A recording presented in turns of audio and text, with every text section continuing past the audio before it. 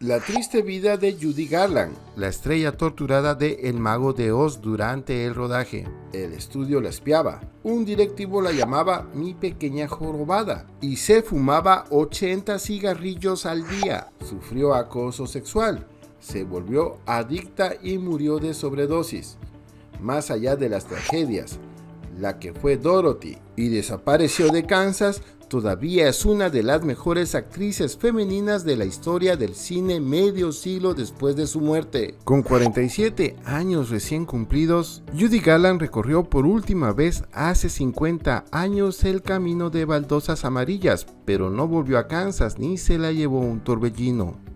La película que la consagró como una de las mejores artistas más populares de la historia del cine, pero también la que le provocó múltiples complejos. Tenía 16 años, pero su Dorothy debía aparentar 12. Por entonces ya era adicta a las pastillas que Metro-Goldwyn-Mayer le proporcionaba para no acusar el exigente rodaje, anfetaminas de día para aguantar despierta, barbitúricos de noche para descansar. La obligaron a utilizar ajustados corsets y vendas para disimular el pecho. Sufrió acoso sexual durante el filme, donde su doble y entrenadora personal, Barbara Bobby Kochai, la espiaba por orden del estudio, vestida de azul y con sus cotizados chapines rojos.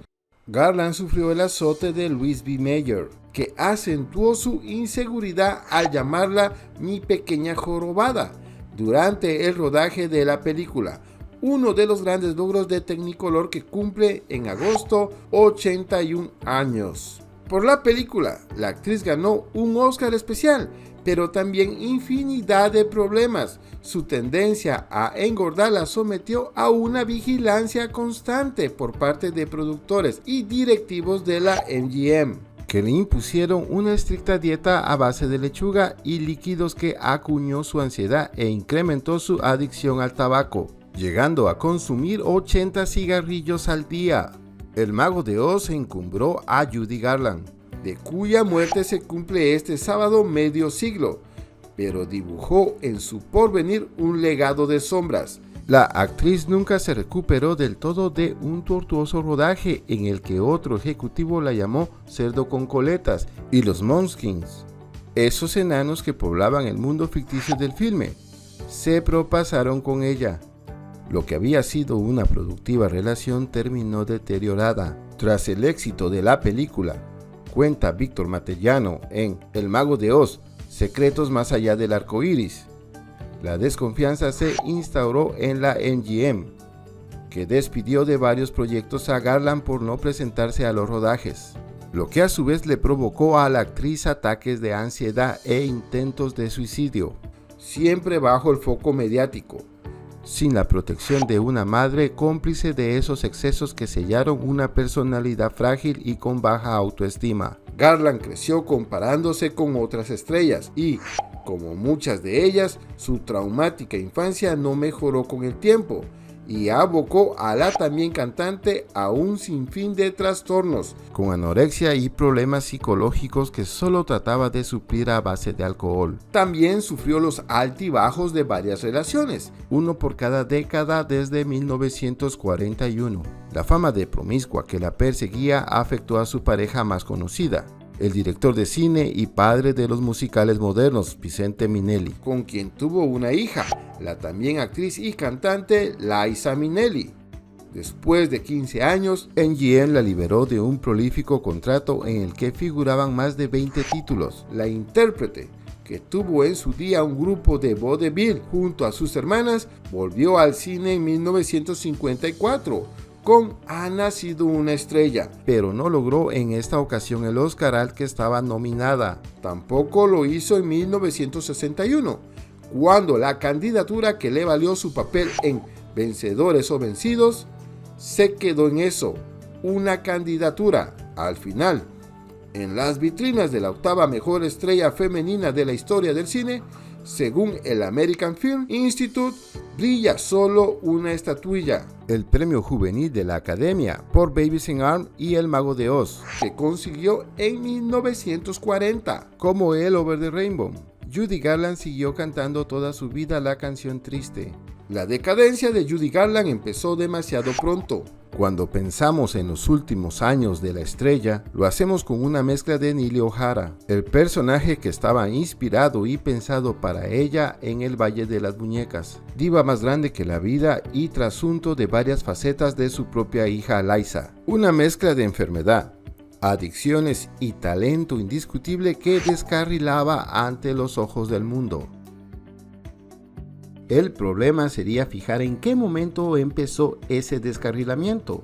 La respuesta con probabilidad sería que en el mismo instante en el que Judy, una niña, empezó a hacer lo que hoy la consideramos. Tal vez cuando con 13 años empezó a trabajar para la Metro y tuvo que someterse a la férrea disciplina de la productora. O cuando le llegó su gran oportunidad con El Mago de Oz y el magnate Louis B. Mayer dijo que había que poner a dieta a esa niña. Cuando los médicos del estudio empezaron a darle anfetaminas a los 16 años para que resistiese las largas jornadas de rodaje sin perder un ápice de su burbujeante personalidad, cuando esos mismos médicos le recetaron Seconal para calmar sus nervios porque no podía dormir. O cuando a los 18 se casó con David Rose en un intento de encontrar la estabilidad y formar la familia que casi no había tenido, pues su padre había abandonado a su esposa e hijas para irse con otro hombre, pero se encontró con que su marido y su madre la obligaron a someterse a un aborto ilegal porque suponían que tener un hijo tan joven arruinaría su carrera. El uso de benzendrina, la presión por resultar rentable y las maratonianas sesiones de trabajo eran de uso común en Hollywood en esa época y permanecen transformados pero vivos en esencia en el de la nuestra, y afectaron las carreras de muchísimas estrellas que tuvieron destinos tan o más dramáticos como el de Judy, pero en el imaginario colectivo ella se ha convertido en un símbolo de todo lo bueno y lo malo de Hollywood y del show business en general. La frivolidad, la mercantilización extrema de sus protagonistas, el desprecio absoluto por la salud y la cordura de los que lo encarnan, esa insatisfacción perpetua e incapacidad para encontrar la felicidad, y también su reverso luminoso, el genio, la emoción, el talento puro que se resiste a encerrarse y desaparecer y busca una y otra vez cómo expresarse. El amor al público y la potencia de interpretaciones como la de Somewhere Over the Rainbow, que 80 años después siguen emocionando a quienes la escuchan. Su mito es persistente y prueba de ello es que siguen publicándose biografías y ensayos sobre su figura. El penúltimo en llegar ha sido Judy en I, una visión de la estrella narrada por el que fue su tercer marido y productor, Sidney Love, padre de sus hijos Lorna y Joseph. El resultado no podría ser más crudo y emotivo. Love, que falleció en el 2005 y cuyos años de matrimonio con la artista marcan su etapa de madurez, escribe con admiración de fan y cariño de enamorado, pero narra el horror cotidiano que es vivir con una persona profundamente inestable y enferma. Aunque en el momento de su matrimonio, durante los años 50 y primeros 60, él no fuese consciente de que una adicción era una enfermedad de por vida. Cuando se conocieron, Judy estaba recuperándose de uno de sus intentos de suicidio. Se había cortado el cuello con un vaso roto ante una de las peleas por el fin de su relación con su segundo marido, Vincent Minnelli. No sería ni mucho menos el último de su vida. En la narración hay espacios para dramáticas escenas que quitan cualquier glamour a los colapsos nerviosos, como cuando a principios de los 50 Judy se corta la garganta en la bañera con una cuchilla de afeitar, o cuando años después en Washington Judy aparece ante su marido con las muñecas cortadas. Tendencia a la autolesión provocada por depresiones incurables o llamadas de socorro de una persona que no sabía llevar su vida. Todo en cualquier caso diagnosticado y tratado de forma ineficiente. A Love no le duele ser duro consigo mismo. describiendo su propia actitud fría e insensible cuando Judy se queda embarazada de él antes de que ambos finalicen sus respectivos matrimonios, y él le advierte con seriedad de que debe someterse a otro aborto. Habla también de la depresión postparto que tuvo su ya esposa tras tener a su hija Lorna, para la que requirió medicación que, sumada a la ingente cantidad de estimulantes y tranquilizantes que ya tomaban, no hicieron sino empeorar su estado mental y físico. Rememora otra de las obsesiones de Judy, el peso con el que tuvo que luchar durante su vida adulta para ser adecuada para la cámara, complicada con una hepatitis y medicación que la hinchaba y deformaba. También hay espacio en el libro de Love para los grandes proyectos en común. El de Ha nacido una estrella, un refrito de la película del 37 de Janet Gaynor. Fue una idea personal de Judy aclamada por la crítica, especialmente la visceral interpretación de su protagonista. Tras estrenarse mutilada por su larga duración, se saldó con un fracaso de taquilla y una nominación al Oscar a Mejor Actriz que se daba casi por segura. Hasta que llegó la noche de los premios de 1955 y del sobre salió el nombre de Grace Kelly. En la habitación del hospital en la que Garland acababa de dar a luz a su hijo Joseph, los periodistas, los focos y las cámaras se retiraron en apenas un minuto, dejándola sola. Hoy, Ha nacido una estrella se considera un clásico y el papel de Judy una de las mejores interpretaciones de la historia del cine. Así fue en gran parte la historia de la vida de Judy, una sucesión de amargas victorias, justicias poéticas que hacen preguntarse hasta qué punto merece la pena pagar el precio. Aunque, a diferencia de otros, el culto a Judy Garland comenzó en vida. No le hizo falta, como a James Dean, convertirse en un bonito cadáver para saber lo que era ser venerada y reverenciada como algo más que una estrella.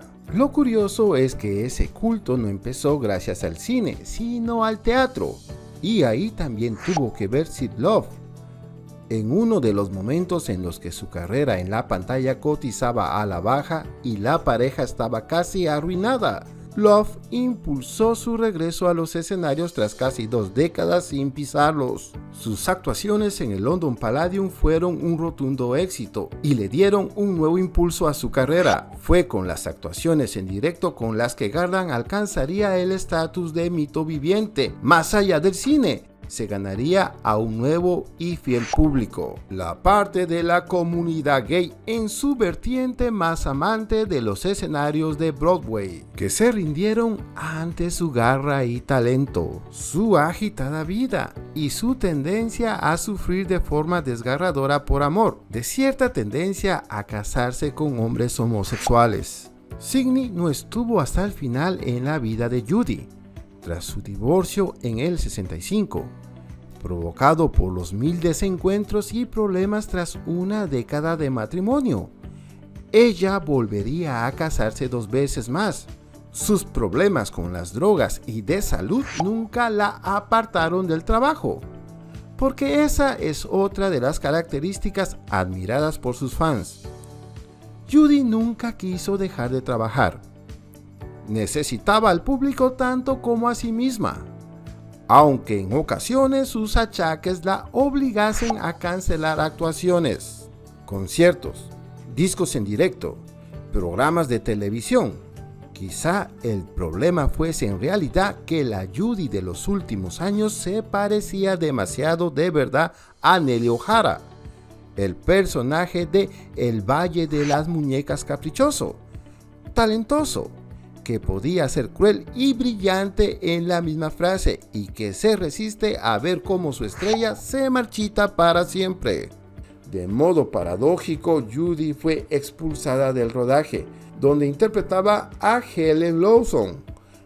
Al poco de comenzarlo, de forma más paradójica aún, eso no ha impedido que la persona y personaje queden unidos en el imaginario colectivo.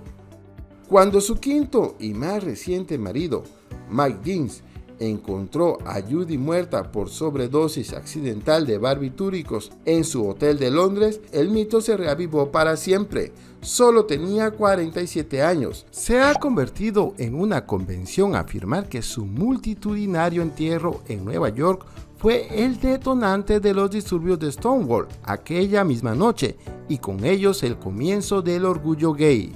El compositor de musicales como Hello Dolly, Jerry Herman, contaba que se levantó en su casa de Far Island Pines, famoso destino gay, y que al ver que tantos vecinos habían puesto las banderas de sus casas a media asta, comprendió que alguien muy importante para ellos había muerto. ¿Realidad o parte del mito?